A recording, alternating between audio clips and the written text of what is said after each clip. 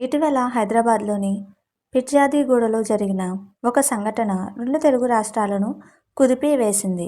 బాగా చదువుకొని బెంగళూరులో లక్షల్లో జీతం తీసుకుంటున్న 25 ఏళ్ల సాఫ్ట్వేర్ ఇంజనీర్ తేజస్విని అర్ధరాత్రి వేళ వింతగా వీధుల్లో పరిగెత్తి చెరువులో తేలింది. ఈ వార్త వినగానే సోషల్ మీడియాలో రకరకాల కథనాలు, పుకార్లు షికారు చేయడం మొదలయ్యాయి. కానీ అసలు నిజమేంటి? ఆమె బెంగళూరు నుండి ఎందుకు వచ్చింది? అంతరాత్రి వేళ అసలు ఏం జరిగింది? ఈ వీడియో ఏ ఒక్కరిని విమర్శించడానికి కాదు.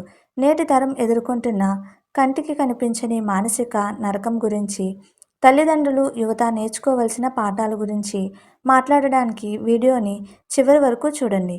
ఆంధ్రప్రదేశ్లోని విజయనగరం జిల్లాకు చెందిన తేజస్విని కుటుంబం కొన్నేళ్ల క్రితం హైదరాబాద్ వచ్చి స్థిరపడింది.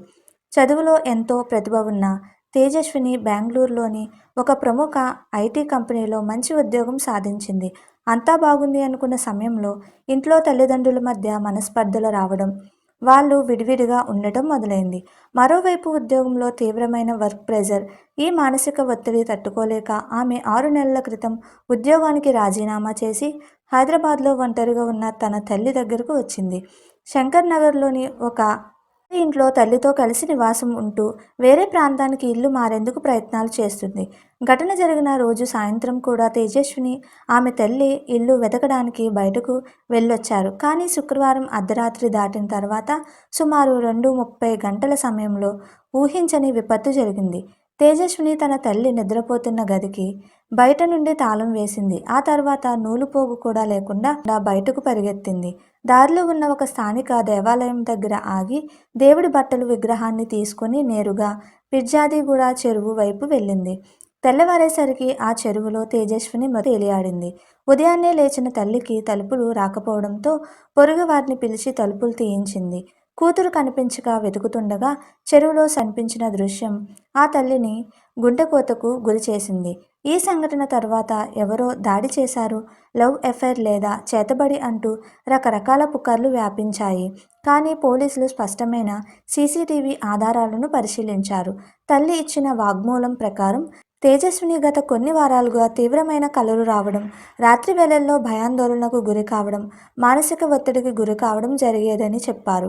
డిప్రెషన్ తీవ్ర స్థాయికి చేరినప్పుడు మనుషులు తమపై తమకు నియంత్రణ కోల్పోయి వింతగా ప్రవర్తిస్తారని సైకియాట్రిస్టులు చెప్తున్నారు. తల్లి ఎందుకు మాట్లాడటం లేదు అంటే ఉన్న ఒక కూతురు దారుణంగా ఆమెను ఓదార్చాల్సింది పోయి మీడియా విచారణలు, నెటిజన్ల కఠినమైన కామెంట్లు ఆ కుటుంబాన్ని మరింత మానసిక నరకంలోకి నెట్టాయి.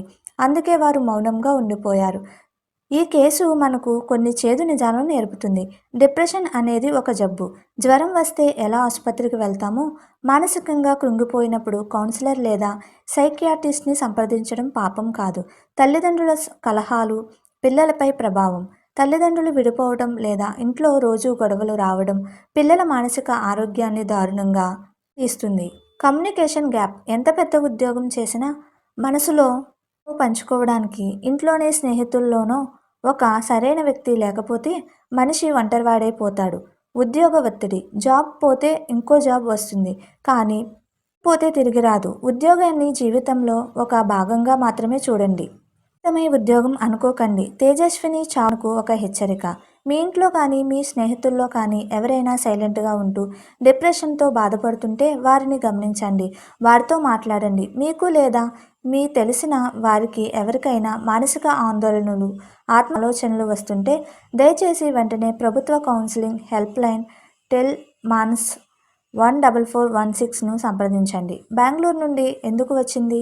తేజస్విని 25, బెంగళూరులో ఒక మంచి ఐటీ కంపెనీలో ఉద్యోగం చేసేది. అయితే ఆమె తల్లిదండ్రులు ఈశ్వర్రావు, అరుణ విడివిడిగా ఉండటం, తీవ్రమైన ఉద్యోగ ఒత్తిడి, వర్క్ ప్రెజర్ మరియు గత కొన్ని నెలలుగా ఆమె ఎదుర్కొంటున్న మానసిక ఆందోళన, మెంటల్ హెల్త్ ఇష్యూస్ వల్ల 6 నెలల క్రితమే ఉద్యోగానికి రాజీనామా చేసి హైదరాబాద్లో ఒంటరిగా ఉంటున్న తన తల్లి దగ్గరకు వచ్చింది.